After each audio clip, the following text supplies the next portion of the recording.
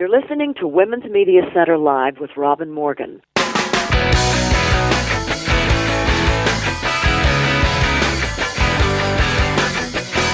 Welcome to Women's Media Center Live with Robin Morgan, a nationally syndicated radio show with an international audience in 110 countries around the globe. I'm Robin Morgan, your host, author, activist, and co-founder with Jane Fonda and Gloria Steinem of the Women's Media Center.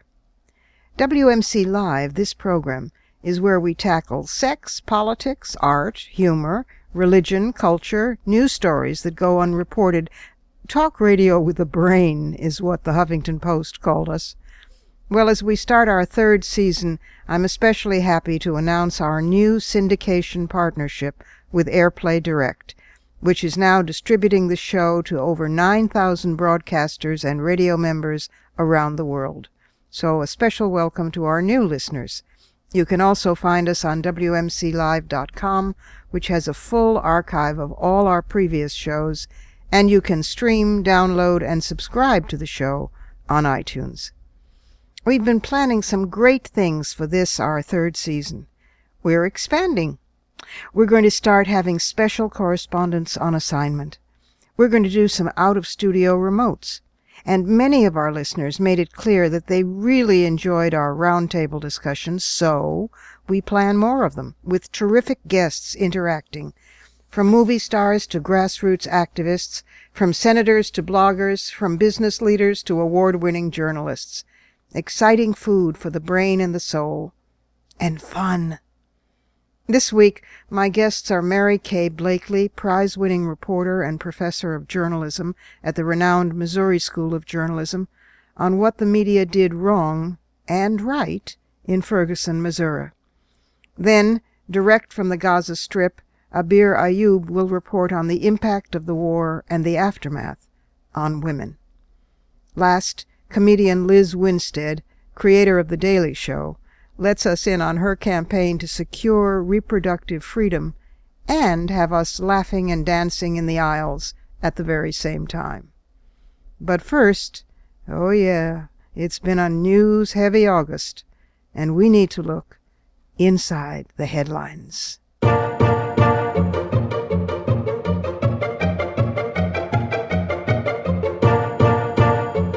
There certainly was a lot of news during August, most of it not so good. Foremost was, of course, Ferguson, Missouri. But our first guest, and also Fighting Words at the end of this program, will address that, so I won't go into that here. I thought instead I would list some stories that probably you haven't heard of, so that they don't fall between the cracks. And they're all good news, with the exception of the first, which is the irony story of the month, maybe the year.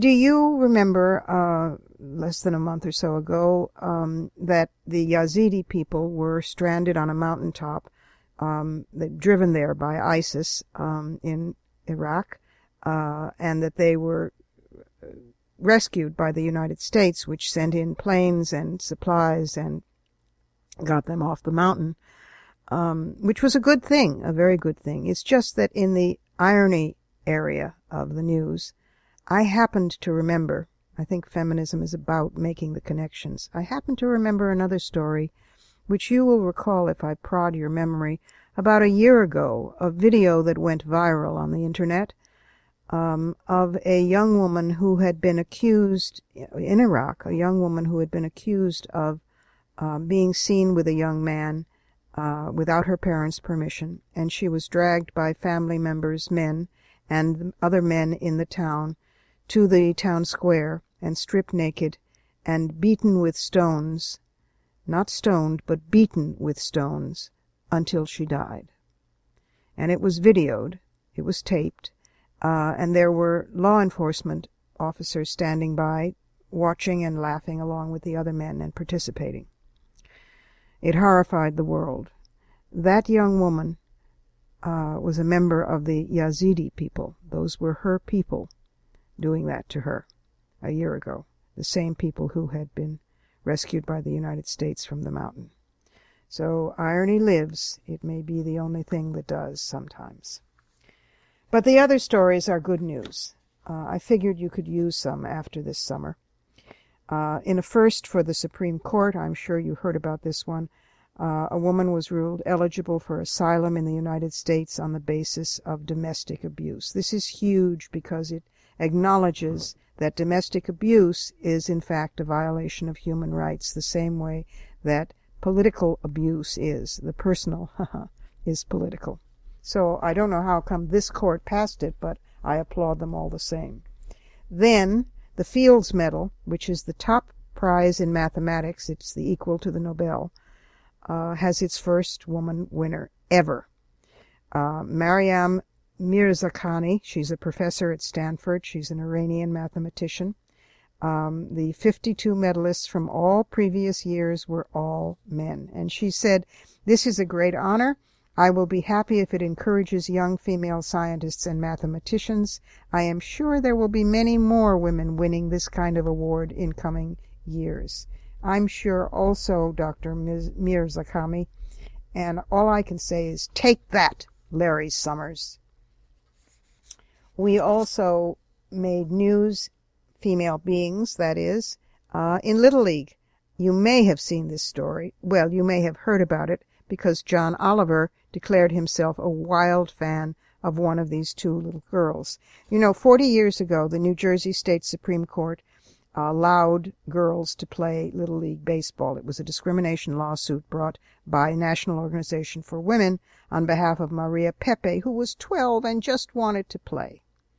30 years have passed now since the reserve outfielder Victoria Roche was allowed to play, and she became the first girl to play at Williamsport. And 17 girls have followed her in the intervening years, but the latest two are in this year's competition. One is Emma March of Vancouver, the first basewoman, pitcher, and the other is an American, Monet Davis. This is the person that John Oliver adores, and I join him. Monet Davis is a show-stopping pitcher with flowing braids whose 3-hit shutout games in her team's regional final created a lot of attention. Then she followed that up with the comment when she was asked, "How do you handle media?" And she said, "Oh, if it's a dumb question, I just say no." Yeah, she's great. And then, big news, it's in sports, but it'll have ripple effects beyond sports. The NFL released a game-changing policy to prevent domestic violence and hold players accountable for their violent or abusive behavior. This is enormous. It's effective immediately. It's going to apply to all personnel, players, coaches, and staff. The NFL has committed to investing in education and training and will develop programs to teach young men playing in youth leagues in high school and college to respect women. What a concept. It sets up confidential resources to help survivors of violence, and a first offense will lead to a 6-game suspension, which is 3 times that recently handed down to Baltimore Ravens quarterback Ray Rice when he assaulted his wife. And a second offense, get this, will lead to a lifetime suspension. So I say congratulations to the NFL. Now it would be nice if they moved on to take measures to protect their own players from the violence inherent in the game and the brain damage it has caused so many. But this is at least a step in the right direction, and in terms of women, it will save lives.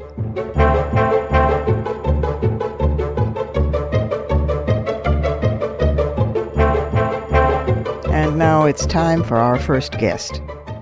Mary Kay Blakely taught for years at the famous Missouri School of Journalism, where, among other things, she taught the literature of journalism. She's been a contributing editor to Ms. for years and the former Hers columnist for the New York Times. She's authored a number of critically acclaimed books, and her articles and essays have appeared in the New York Times, the Washington Post, Life magazine, and the LA Times, among other places, both national and international. She's one of the sanest heads on journalism I've ever encountered. Mary Kay, welcome back to Women's Media Center Live. It's good to have you back. Well, thanks, Robin. It's good to be back. Well, you were the person that I thought of while gnashing my teeth over these last weeks, over the status of media and the Ferguson, Missouri tragedy and demonstrations. Because as a media person, myself, somebody who uses media, somebody who's in media, somebody who appreciates the power of media and is often very critical of media, it did seem for a while as if the media was doing everything wrong and then everything sort of right, and it didn't matter because when in doubt, blame the media. So I wanted to ask you, we know that the old saying, if it bleeds, it leads, and that violence and sensationalism always trumps good, feel-good stories. But when the community said, by being here, you are giving attention to the hoodlum element as opposed to the demonstrations, that didn't seem totally fair. On the other hand, what would have been a principled stance, and what were your thoughts as a lifelong journalism professor, writer, and smart person? Oh, well, exactly as you said. My feelings were all over the place because I, too, was thinking, we do jam to the scenes, as you said, when it bleeds, it leads. And all of the criticisms about the media has portrayed, I think it was the current mayor who said the media has portrayed a town that was unrecognizable to residents. And I thought part of the reason that the media had to be there was to show what is recognizable and should be recognizable to residents is this great shift between the people who live there and the people who are administering this city of Ferguson. I do think that you can become very blind to that.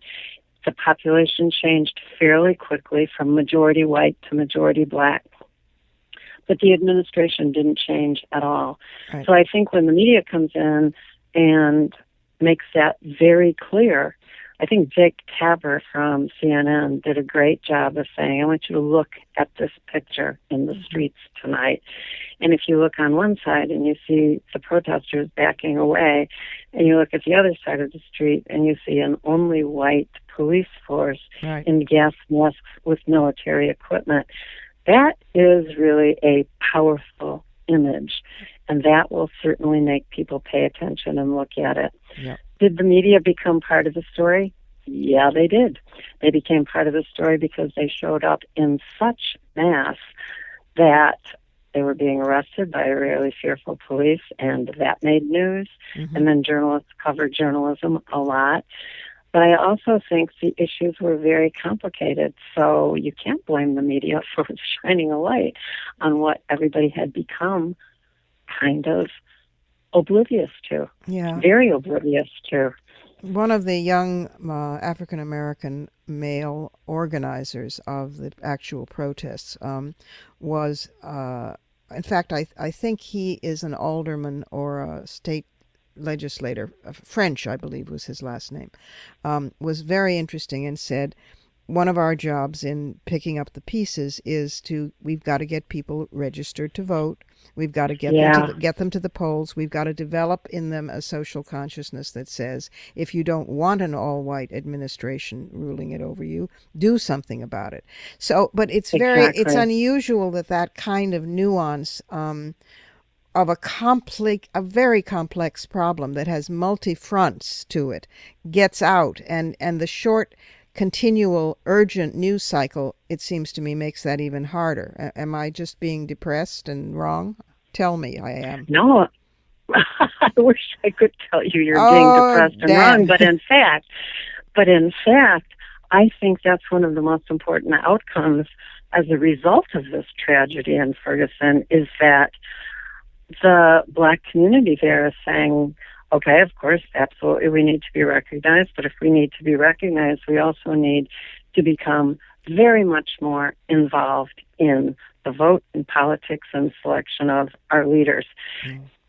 And, the oblivion goes every direction. If you feel like you're being ignored all the time, it's very difficult to say, hey, we got to take charge and take control of this, Yep. or we've got to at least become invested in the only imperfect system we have right now, which is register to vote, get involved in politics, get involved in democracy. Yeah.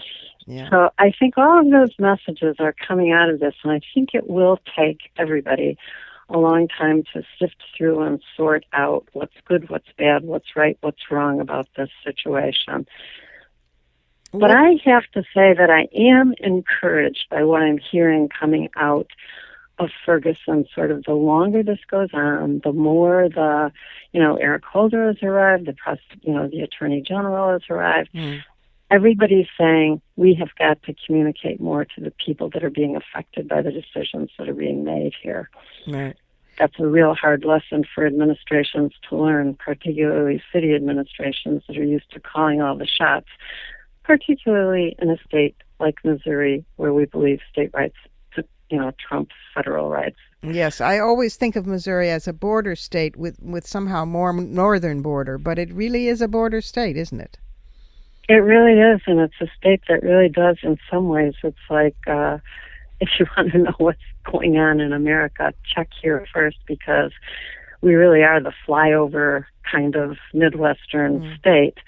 But, I think what goes on here goes on everywhere. Yeah.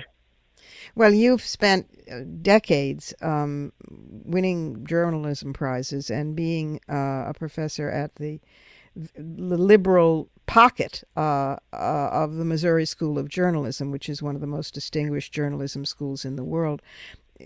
Take a minute and tell us, how are things going in academia where journalism is concerned, particularly regarding women? Because the last statistic that I had, which came, I think, in fact, from the Women's Media Center Guide to the Status of Women in the Media, is that a startlingly large proportion, in fact, most of the women who graduate from journalism school can't get jobs in journalism and wind up in PR and promotion.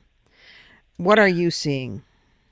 I am so trying to figure that out, because for the last 17 years teaching here, I can say that our classes and our enrollment is steadily rising, like every journalism school in the country.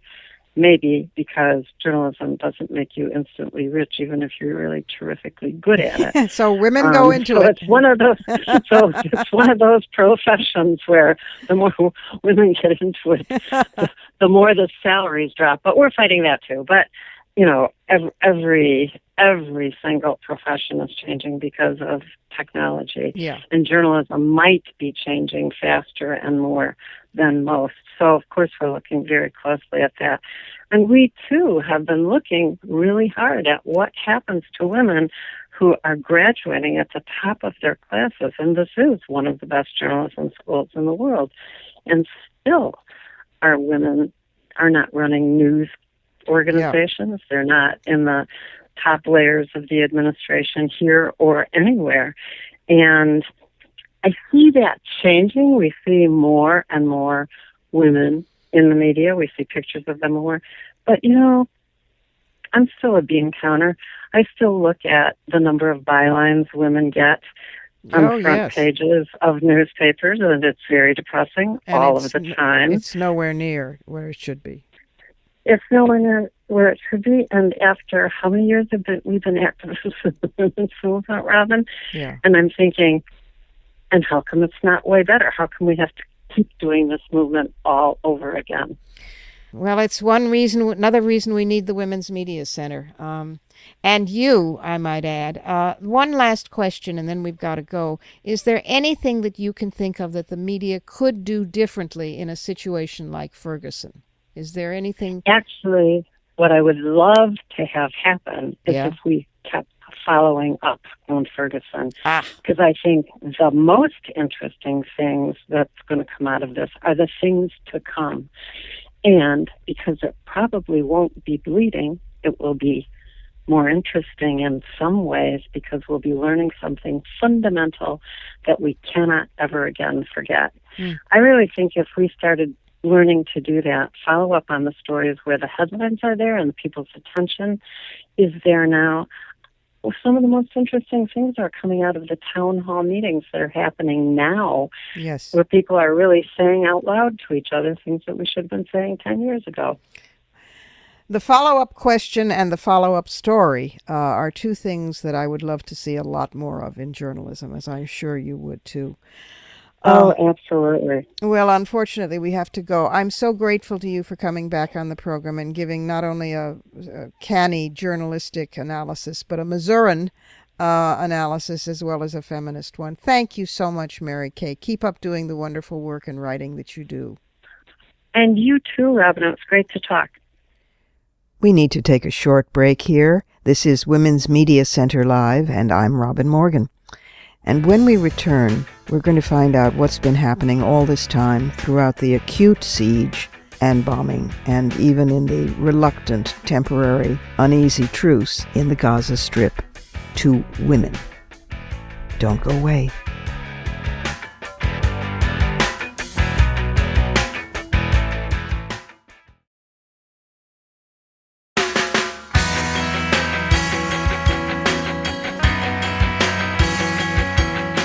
You're listening to Women's Media Center Live with Robin Morgan.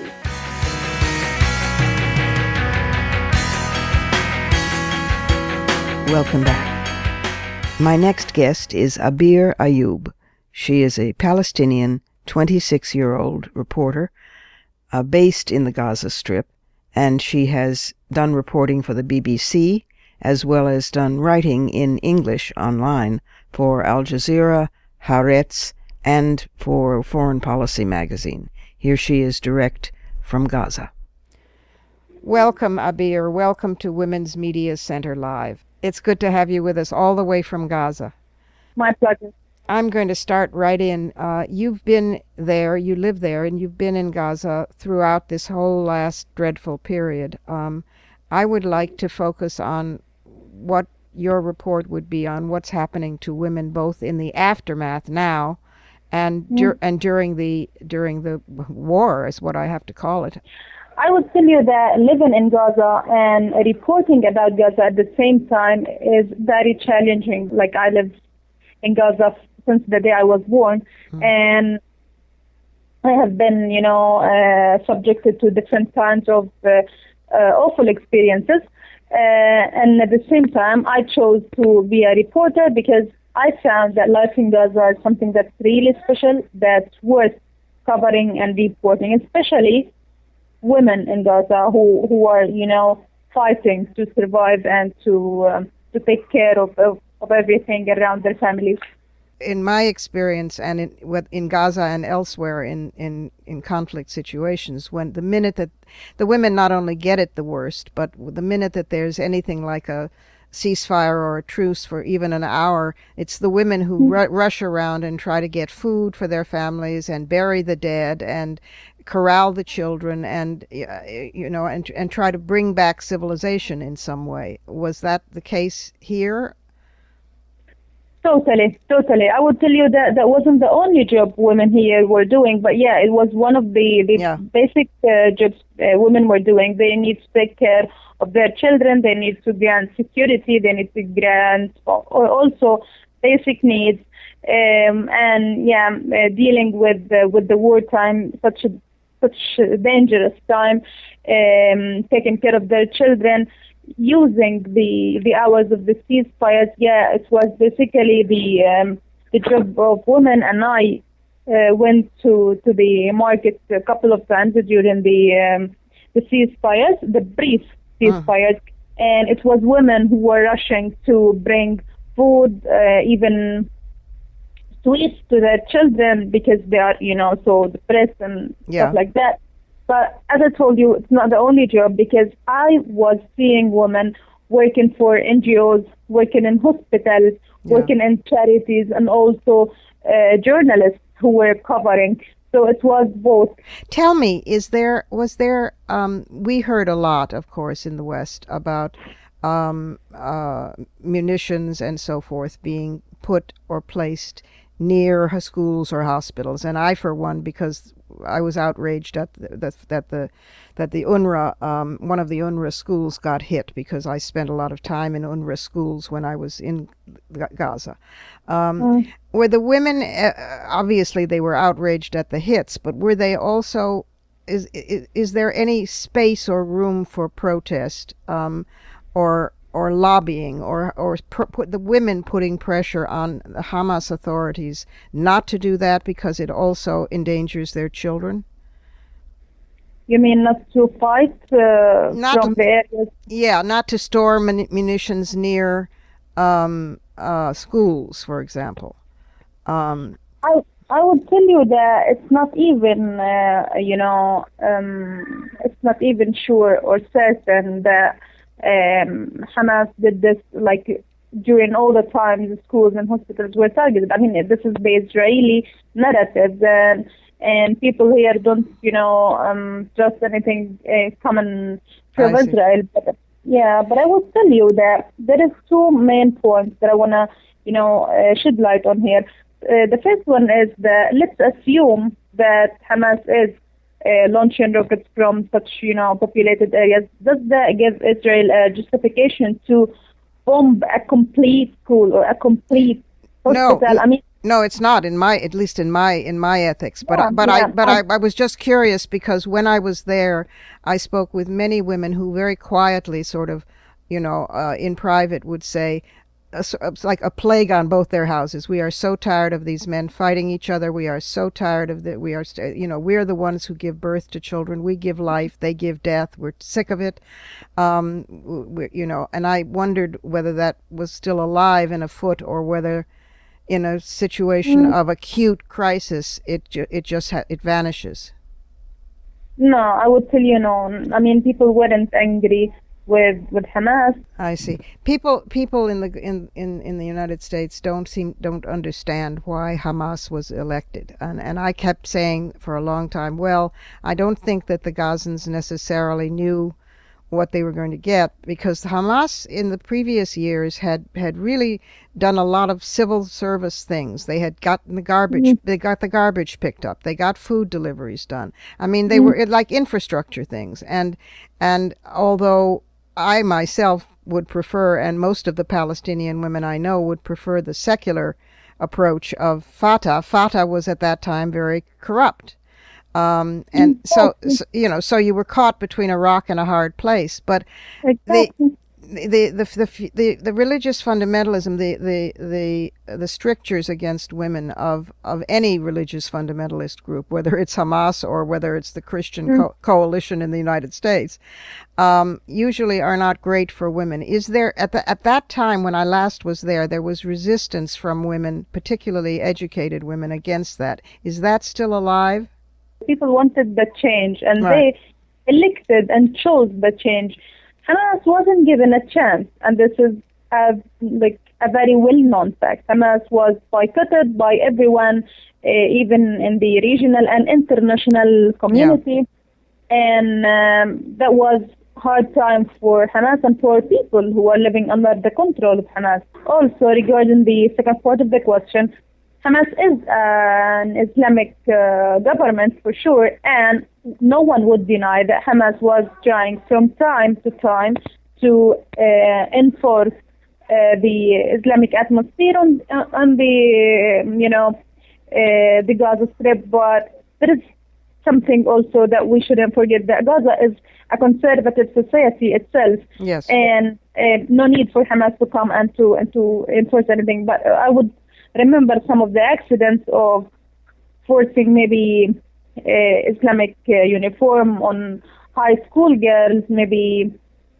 banning the low waist jeans. I mean, these were accidents. I wouldn't say that it was the case all the time. I wouldn't say there was a law that says no girls are allowed to walk in the street without hijab. There was no such law, but it was from time to time emerging on the surface. The human rights groups were attacking such such accidents, and Hamas was always trying to say like that wasn't our intention. I still remember some of my female friends who were confronting with the government, for some of these, accidents. Uh-huh. I still remember these cases, but it wasn't a movement. And also, I would tell you that Hamas with time got this experience of being a government. I mean, at the beginning, I know. when it took control over Gaza in 2007, the case was totally different. And we felt somehow oppressed by a religious control. But now, I would tell you that I myself, I don't face any, any oppression from any kind, especially religious. I wouldn't say that I'm taking all the freedom in the world. I wouldn't say this. Right. But at the same time, I wouldn't say I'm living in Iran, for example. Yes, well, no. There's always someplace worse. One last thing, Abeer. I hear so much despair from friends in the region, and some days I feel it myself.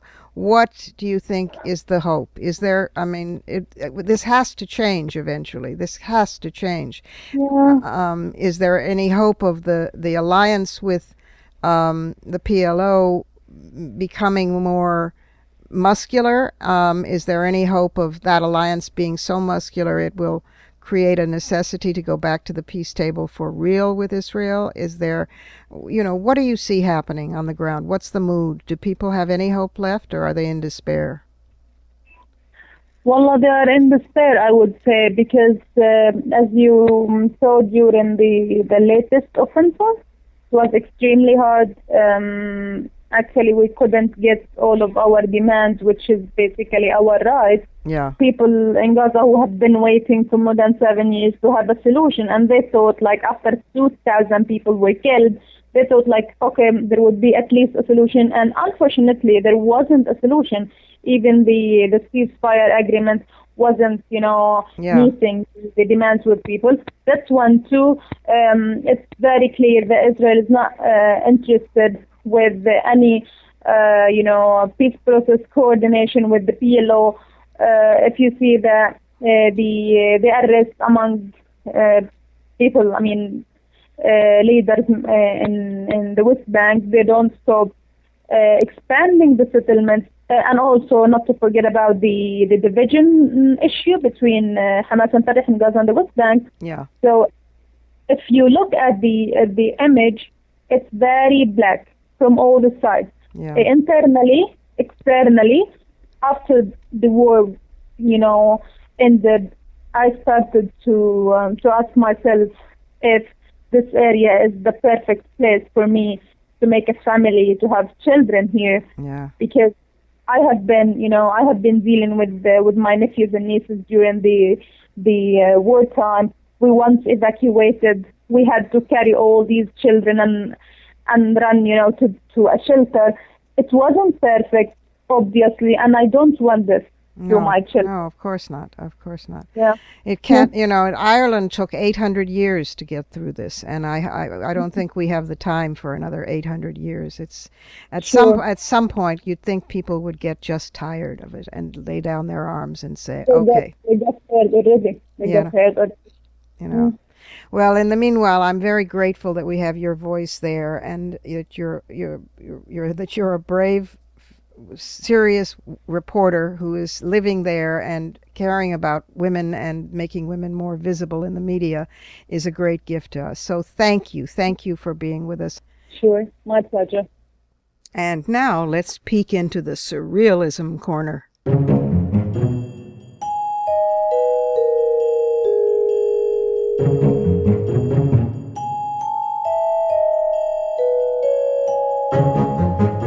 So lately, I've been getting irritated at the Cialis and Viagra commercials, all those television commercials that say they have the cure for older men who have difficulty getting erections and must have something called low T.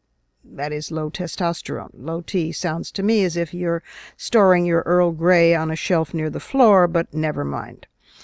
They show photographs and video of an older couple in a number of different combinations, looking happy and making goo-goo eyes at each other. Very much a heterosexual couple, always.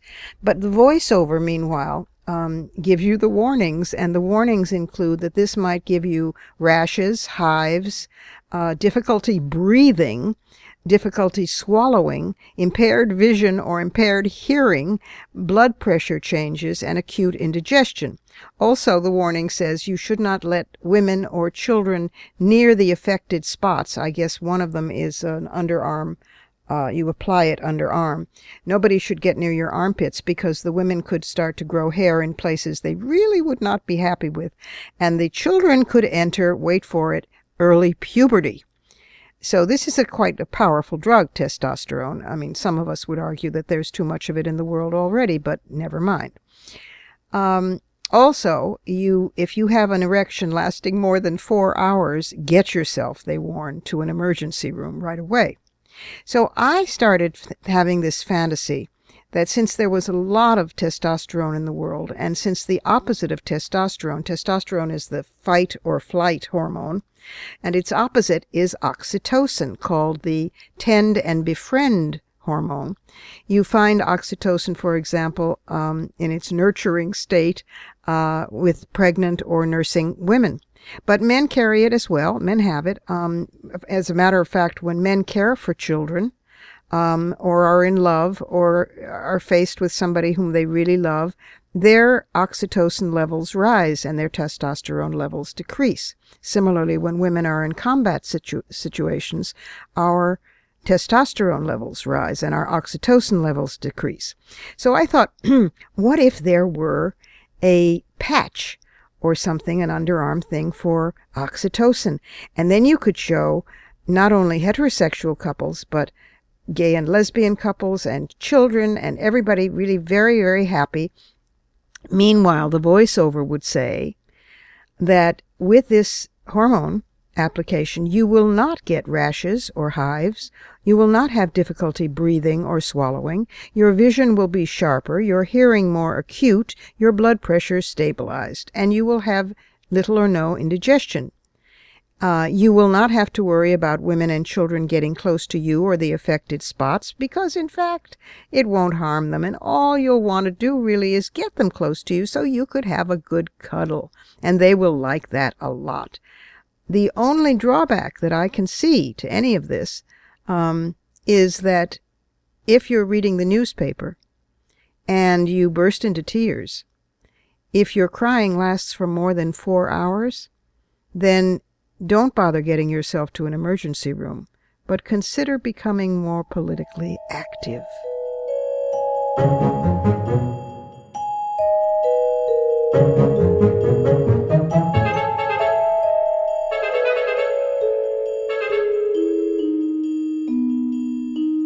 It's time for another short break here at Women's Media Center Live. I'm Robin Morgan. When a comedian, particularly one smart enough to have co-founded The Daily Show, turns her attention to political activism, you know that the result will be both useful and hilarious, such as Lady Parts Justice and V to Shining V. Curious? Well, we'll be back in just a moment with Lizz Winstead.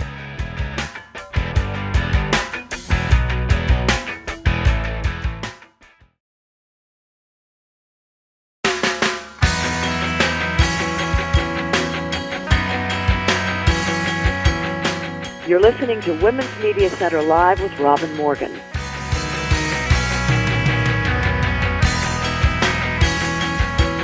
And we're back again. This time we're talking with Lizz Winstead. That's Liz with 2 Z's. You probably know her as a well-known stand-up comedian, a headlining comedian, but she also was the co-creator of The Daily Show. And she is now come up with an idea that will have us laughing our way all the way to reproductive freedom. Lizz Winstead, welcome to the program. Thank you so much, Robin. I'm so thrilled to be here. Well, it's very exciting to have you here because I'm a fan from a long time back. You are now doing something that is fan-frickin-tastic. Lady Parts Justice, first you have to tell our listeners about Lady Parts Justice in case they don't know, and then tell about V to Shining V. So take it away. Okay, terrific. So Lady Parts Justice is a website that has been concocted by a whole bunch of comedians, musicians, actors, writers, performers, media folks. We were looking at the landscape of why it is that so many young women were not connecting with this assault that has been happening on reproductive rights. And we realized that the messaging was maybe not speaking to them. Boring. Also, it's not, boring. Yep. It's not being covered. So what we thought was, what if we just went no holds barred?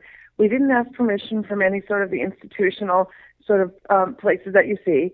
And we just decided to talk about reproductive health as far as like sex, as far as like what you want from your life, as far as like who are you as a young woman and what does that mean for you? Oh, that's what that means for you? Well, guess what?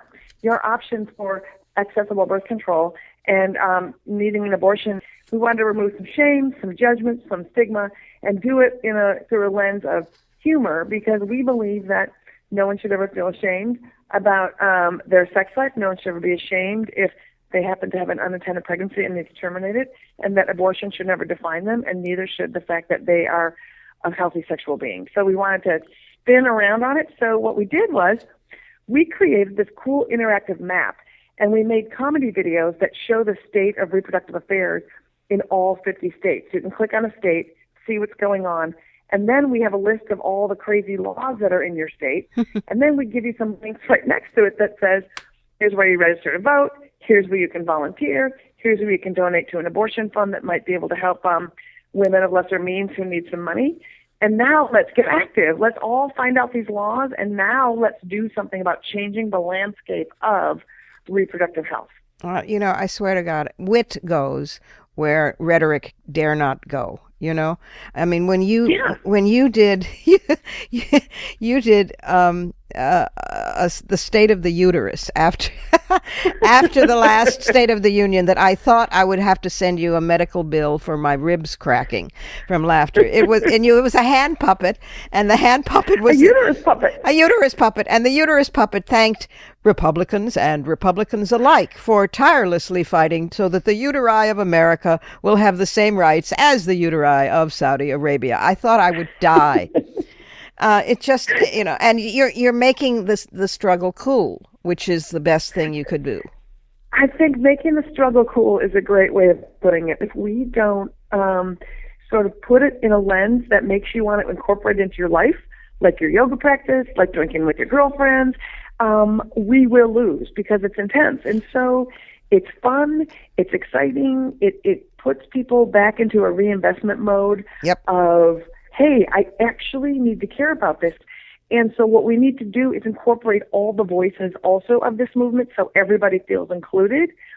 Well, tell about V to Shining V. That's V as in vagina, victory, and very good idea. And voting. And voting. So, right? V to Shining V. So it's vaginas and voting. So what we decided was, so you go to the website, you learn all this stuff, you're like, oh my God, what do I do now? We have decided to dub September 27th as, for lack of a better way of putting it, sort of the first real national day of women's pride, in the sense of there's gay pride with these great parades, and it's really fun. So what we decided to do is twofold. We're asking women and men and our allies and everybody who cares about this issue to get together, throw a party, and look at our website and talk about all the issues that matter in your state, and make a commitment to get people registered and to get them out to the polls this midterm and beyond. So what we want to do is start building where more and more people every year around this time in the fall have their V to Shining V parties. We have 8 parties that are actually big public parties. Sarah Silverman is throwing a big comedy and music festival in Concord, New Hampshire, where she's from.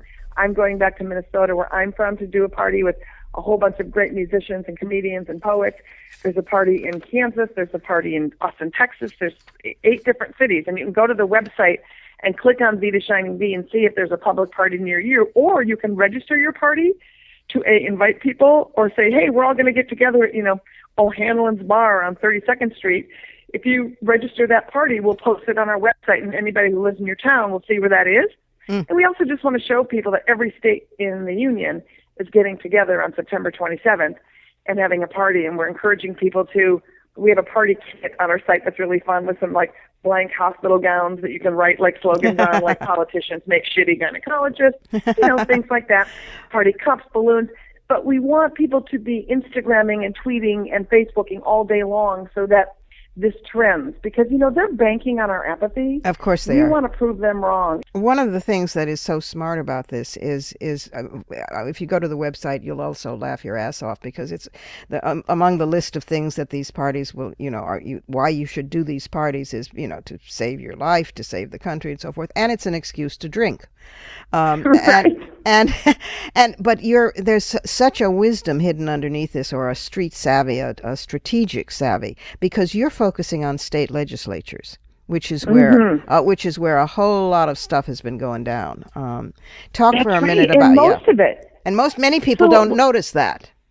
That's right. And you know what? Is there anything more boring than thinking about who your alderman is or your state senator? I mean, no one really does. And so often what they're doing is they're sneaking it in. That's right. In the dead of night, in a budget bill, and you don't know. And they think, people are busy. So they create this horrible economy. You're working 2 jobs.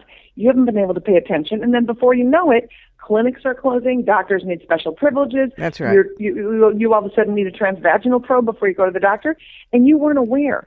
And the other thing, too, is that I think that the federal government just seems sometimes like this big behemoth that's out of your control. But when you can look at your own state and say, that guy last time only won by 500 votes, if we kind of get the word out and we make some funny flyers and we do some stuff, maybe we can, we can change this. Throw that person under the bus and we could change it. And you feel a little bit more apt to stay in the game if you can start with some small victories. Absolutely. So we want people to be able to really be in it and see some small victories. And then also say, what do you mean that person's been running unopposed all these years? You just do a little bit of checking in and it's like, well, you know what? We can get some good people on our city council. We can get some good people going. So I guess I'm hoping that it reinvents a whole new way to socialize, to talk about issues. And, how many times have you run out when a girlfriend's had a broken heart and taken her out for a drink and talked her up, talked her through it and helped her get back on track emotionally? We should be doing that with our rights as well. So I hope you're having a party on September 27th at your house, ma'am. Well, I sure as hell am now. I can't face you if I don't. Tell again the website and how to find the website V2V. is ladypartsjustice.com. And you click, it's fun. When you go to the website, there's a video that kind of explains the parties in V2V. Watch that. It's really fun. And then you can click on V to Shining V, and then you'll see a map. Click on your state, and you can see if there's a public event you can go to, or you can decide you're going to have a party, register it, sign up. We'll send you a kit, and you can be part of the revolution. It sounds like a plan. Thank you so much. Thank you for everything that you're doing. And we will see you on the 27th. Take care, Liz. Thanks. Okay, bye. It's time for one more short break here at Women's Media Center Live, where I remain, more than ever, Robin Morgan. And when we come back, we will be just in time for some fighting words.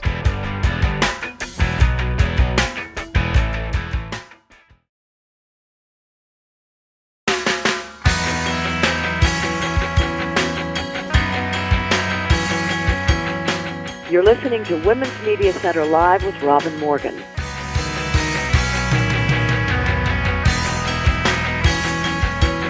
Welcome back again, just in time for Fighting Words.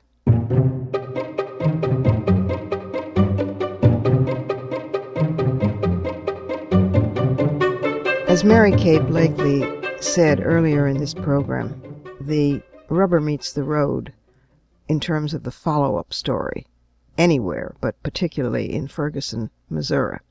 And we're going to stay on that story. Next week, Kimberly Crenshaw of the African American Policy Forum and one of the generators of the Why We Can't Wait statement will be a guest. The Why We Can't Wait statement, you may recall, is a statement by 1,500 more now signatories, black women, following a statement by 100 black men urging President Obama to extend the My Brother's Keeper initiative to black girls and women. My thought after Ferguson was, well, that attempt is dead in the water. There's no way it's not going to focus on men. And then I read a remarkable piece by Kirsten West Savali in Dame Magazine, D-A-M-E, Dame Magazine Online. And I want to just quote from it because it is crucial to being able to walk and chew gum at the same time. In other words, to do our part in fighting the full frontal assault against young black men, but also do an equal part amplifying the stories of black women whose lives have been taken and then swiftly forgotten. So these are some quotes from the Kirsten West Savali piece. This invisibilizing of black women is systemic. That uncomfortable truth is evident in President Obama's My Brother's Keeper initiative that leaves sisters out in the cold, and equally clear in the vitriol hurled at those of us who insist that the institutionalized needs of black women must be addressed in tandem with the needs of black men. I would put in a parenthetical phrase here to the extent that the My Brother's Keeper initiative has already been endowed from private sources by close to $3 million. Never has a women's initiative ever generated that much support. She goes on. According to Dr. Trevor Lindsay, assistant professor of women's gender and sexuality studies at Ohio State, this kind of gender-exclusive narrative is all too common, where black people becomes black men by default. She writes, prevailing narratives around black violability and anti-black racial violence pivot around black men and boys. Historically and contemporarily, many people working toward racial justice around the issue of racial violence consider the presumptive victim a black male. From lynching to police brutality, the presumed victim is a black male. Therefore, black women and girls are viewed as exceptional victims as opposed to perpetual victims of anti-black racial violence. Our narratives are black victim equal black male. Yes, she writes, we must have justice for John Crawford, Azal Ford, Eric Garner, Michael Brown, and more. But we cannot forget about Yvette Smith, Eleanor Bumpurs, Ayanna Stanley Jones, Tarika Wilson, and so many others whose stories hover on the edges of obscurity.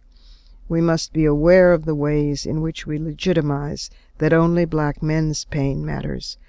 Especially those of us with platforms must be purposeful in speaking the names of black women who have been victims of police brutality.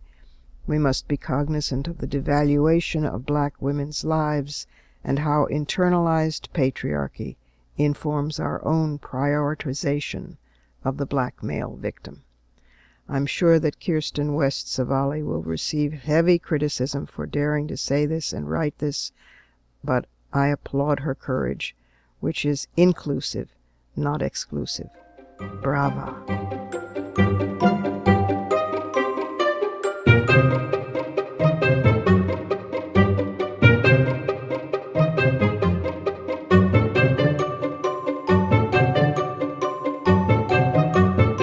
Before we go, I want to pay tribute to the lives of journalists James Foley and now Stephen Sotloff, both executed brutally by beheading on videotape by ISIL. These two men paid the highest price to get out the news. And that's it for this week. Remember to visit us at WMClive.com for the entire archive of all our previous episodes. And you can also find us at iTunes worldwide, where you can stream, download, and subscribe to the show's podcast. Plus, look for WMC Live on Facebook and Twitter in order to get alerts about exclusive breaking news segments, upcoming guests, and future shows. Portions of this program were taped earlier. Views expressed here do not necessarily represent the WMC. Here's the family for Women's Media Center Live. WMC President and Executive Producer of this program, Julie Burton, Senior Producer, Crystal Williams-Chancellor, and our founding sponsor, Regina K. Scully. I'm Robin Morgan, your producer and host. Thank you for being with us. Join us next week when we'll hear from Christy Hegravis, founder of the first professional global news wire service that happens to be run and staffed by women. Kimberly Crenshaw of the African American Policy Forum will be here, and Jane Friedman, a legend in book publishing, who's now a major figure in ebooks, and she's going to bring us behind the digital scenes. Only here on Women's Media Center, live.